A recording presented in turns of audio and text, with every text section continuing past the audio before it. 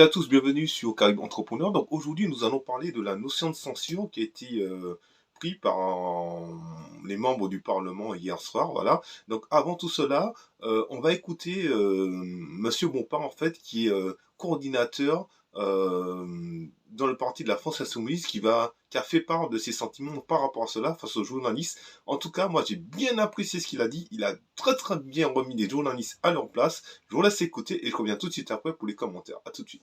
D'abord, la première chose que je veux vous dire, c'est que ça ne vous aura pas échappé, nous sommes en démocratie. Et en démocratie, c'est le peuple qui décide, pas les investisseurs financiers. Or, le peuple, il a dit son mot sur cette question de la réforme des retraites. Les Français, ils sont très largement, majoritairement, très largement... Enfin, les Français, ils vivent à crédit avec l'argent que le monde leur prête. Non, mais attendez, vous pouvez leur donner des leçons si vous voulez, mais quand vous avez plus de 90% des actifs qui sont contre la réforme des retraites d'Emmanuel Macron, l'ensemble des organisations syndicales, et qu'il n'y a pas de majorité à l'Assemblée nationale et que c'est un 49-3 qui est utilisé pour la passer en force, vous pouvez dire c'est eux qui ont raison, mais vous n'avez pas raison si vous êtes tout seul. Donc la première chose que je vous dis, c'est que désolé, mais on est en démocratie. Et les Français, ils ont largement soutenu l'abrogation de la réforme des retraites et c'est ça qui doit s'appliquer. Pour le reste, monsieur, quelle est votre inquiétude sur l'abrogation de la réforme des retraites? C'est le financement? Bon, ça coûte combien cette année, l'abrogation de la réforme des retraites? Au début, ça coûte pas énormément, ça coûte 2, 3, 4 milliards. Oui. Et puis en 2030, ça en coûtera une quinzaine par an. D'accord. Monsieur Barnier, quand il a fait un effort, soi-disant, sur le prix de l'électricité, c'est un manque à gagner de combien? 3 milliards. Bon, c'est à peu près les mêmes ordres de grandeur que la réforme des retraites, c'est ça? Bon, alors pourquoi c'était possible pour l'électricité, c'est pas possible pour les retraites? Parce que ça fait beaucoup de milliards à la fin. Ah d'accord, donc c'était l'un ou l'autre. Non, mais ça en fait 3 par là, 3 par là. Vous voyez, il y a un petit problème dans votre argumentation. Quand M. Barnier a dit « je renonce à l'augmentation du prix de l'électricité », ça coûtait 3 milliards, vous lui avez pas dit « ça va être le problème de la crédibilité de la France sur la scène internationale ». Mais sur les retraites, vous dites ça. C'est bizarre, non? Oui, mais parce que c'est ce que je vous disais sur la symbolique de cette réforme des retraites. Mais c'est pas la même chose. C'est pas la même chose. Monsieur, c'est des gens de toucher à l'électricité que de toucher aux retraites. D'accord, monsieur, la symbolique, c'est des gens qui arrivent à 64 ans, qui sont fatigués, qui sont épuisés, qui ont des maladies, qui ont mal au dos, qui meurent avant d'arriver à l'âge de la retraite. Ça, c'est la symbolique, vous voyez, concrète. C'est la conséquence concrète de cette réforme. Alors oui, excusez-moi, mais oui, le nouveau Front populaire, quand il gouvernera, l'une de ses premières mesures, ça sera d'abroger la réforme des retraites. Pour le reste, le financement, on l'a déjà présenté 40 fois. J'ai pas de problème à vous le représenter. On peut faire une surcotisation sur les hauts revenus. C'est ce que nous avons proposé dans le cadre du débat sur la projet de loi de finances de la sécurité sociale. Je vous arrête tout de suite. Non, ce ne sont pas les cotisations de l'ensemble des salariés qui vont payer le prix. Je vous parle de 2 ou 3 plafonds de la sécurité sociale, c'est-à-dire des gens qui gagnent plus de 8 000 € net par mois. Ça devrait aller, une petite surcotisation sur ce sujet. Si on fait l'égalité salariale entre les femmes et les hommes, on rentre plus de 10 milliards d'euros dans les caisses de retraite. Si on ramène des gens dans l'emploi, parce que moi je veux bien qu'on me dise que c'est la censure du gouvernement qui va se traduire par une catastrophe économique, mais les prévisions économiques sur le budget de M. Barnier, elles ont été faites, et pas par la France Insoumise, par des organismes comme l'OFCE, l'Observatoire français des conjonctures économiques. C'est 150 000 € d'emplois en moins le budget de M. Barnier, et c'est une baisse de la croissance de 0,8 points, c'est-à-dire une division de la croissance par 2. Ça, c'est pas le budget que moi je propose, c'est le budget que M. Barnier propose.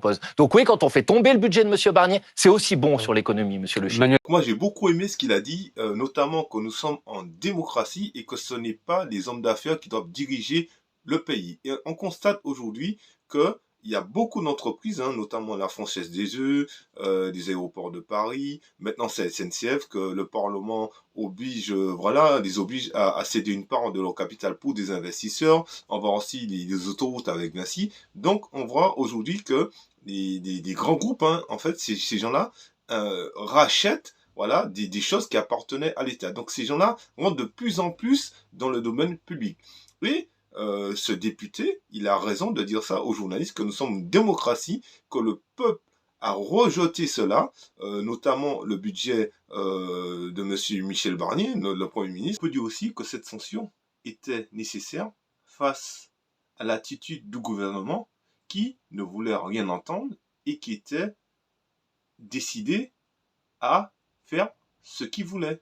Imaginez quelqu'un qui a travaillé toute sa vie et qui va toucher une retraite minable. Non. Alors que tous ces journalistes qui sont à la télé, toutes ces personnes, ces anciens premiers ministres qui sont plus au gouvernement mais qui touchent encore des salaires exorbitants avec des chauffeurs ainsi que des gardes du corps, Voilà, parce on a demandé à certains anciens ministres qu'il faudrait peut-être baisser, ils vont peut-être baisser ces avantages. Michel Barnier l'avait dit, et en aucun cas ils voulaient baisser leurs avantages, quitter ces avantages. Donc je ne comprends pas. Ce sont des personnes qui savent très bien que l'État est en déficit, voilà. L'État est en déficit. On n'a jamais connu un déficit comme cela. Il n'y a plus d'argent dans les caisses, mais ce sont des gens qui veulent toujours avoir de gros salaires et avoir tous les avantages, même quand ils sont plus au gouvernement. Donc, je me dis qu'il y a un problème quelque part. En plus de ça, ce sont des personnes aussi qui votent des lois, mais qui ne les appliquent pas pour eux-mêmes. Par exemple, quand on regarde les sénateurs qui ont voté cette fameuse loi pour que nous puissions travailler une journée de plus par solidarité gratuitement, eh ben, quand on leur a posé la question, ils ont dit non, mais nous ne sommes pas salariés. Nous ne sommes pas salariés. Donc ça ne peut pas s'appliquer à nous. Voilà. Donc, ils votent des lois, ces gens-là, mais ils ne se sentent pas concernés. Ils ont même demandé une rallonge de 700 € des sénateurs et 300 € des députés. Donc voilà par rapport à l'indexation de l'inflation. Mais l'inflation, c'est pour tout le monde, c'est aussi pour les entrepreneurs, c'est aussi pour les salariés. Vous voyez, donc on assiste à un gouvernement, en fait, comme ces journalistes qui n'entendent rien, ils ne comprennent pas ce qui se passe, voilà, ou ils ne veulent pas comprendre, ou ils font un déni, carrément, de ce qui se passe vraiment en France.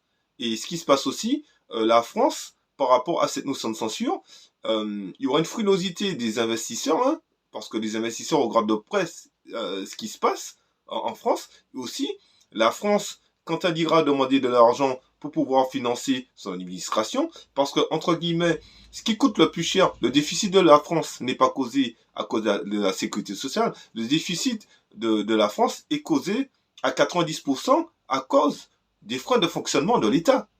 Et oui. Donc le déficit de la sécurité sociale, ça vient en deuxième position. Et ça, on ne le dit pas. Donc si l'État réduisait déjà ses frais de fonctionnement, au lieu de les augmenter tout le temps, je pense que la France irait beaucoup mieux. Parce qu'il y a certaines personnes qui veulent garder tous leurs avantages. Et que c'est le peuple qui doit encore payer. Voilà. Et on se retrouve aujourd'hui à une situation catastrophique. Donc ce qui va se passer, c'est que les investisseurs, ça sera très difficile pour la France d'emprunter sur les marchés. Alors aujourd'hui, quand on regarde sur les marchés, la France paiera beaucoup plus cher que la Grèce, vous imaginez? La Grèce aujourd'hui est dans une meilleure situation économique que la France. C'est un truc de malade. C'est un truc de malade. Donc quel impact pour nous, les ultramarins? Eh ben, en ce moment, on parle de vie chère avec le AirPack, aussi en Guadeloupe, à Saint-Martin, en Guyane, à La Réunion, un peu partout. On parle de vie chère, donc ça aura un impact forcément, cette censure. Parce que là, il n'y a plus de gouvernement, donc il n'y a plus de budget. Donc tous les projets de loi qui devaient être votés par rapport à la vie des ultramarins, notamment des Antilles, c'est stoppé. Notamment les mesures concernant la vie chère, la TVA, l'octroi de mer, tout ça, c'est stoppé. Le budget de l'État, c'est stoppé. Donc là, il faudra encore attendre qu'un nouveau gouvernement soit mis en place. J'espère en tout cas que ce ne sera pas encore macroniste, parce que sinon, ça sera encore, s'il faut à chaque fois tous les 2-3 mois changer de gouvernement, je pense qu'on ne va pas y arriver. Il faudrait vraiment changer la donne. Parce que là, ça fait un moment que ça dure, cette histoire. Et je pense que malheureusement, si notre président choisit un macroniste, ça risque de bloquer quelque part. Du coup, on verra, je ne sais pas.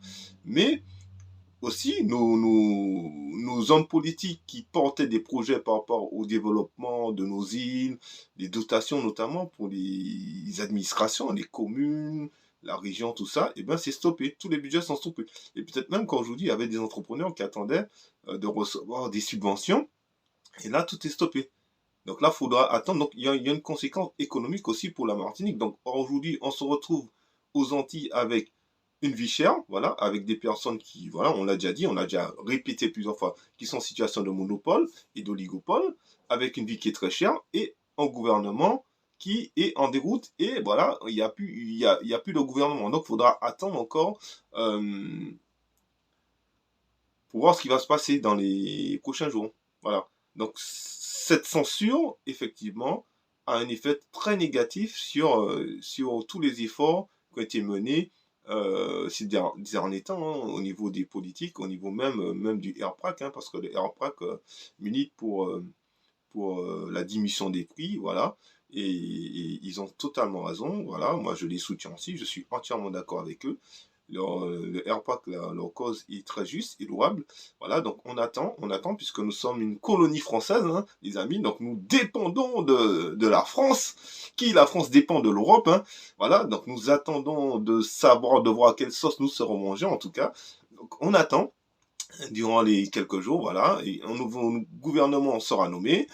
On verra comment ça se passer, et on espère en tout cas, certains sénateurs et députés espèrent en tout cas que les mesures, les projets qui sont amenés ou qui seront amenés par rapport au développement de nos îles vont pouvoir être entendus, et aussi que les délais ne seront pas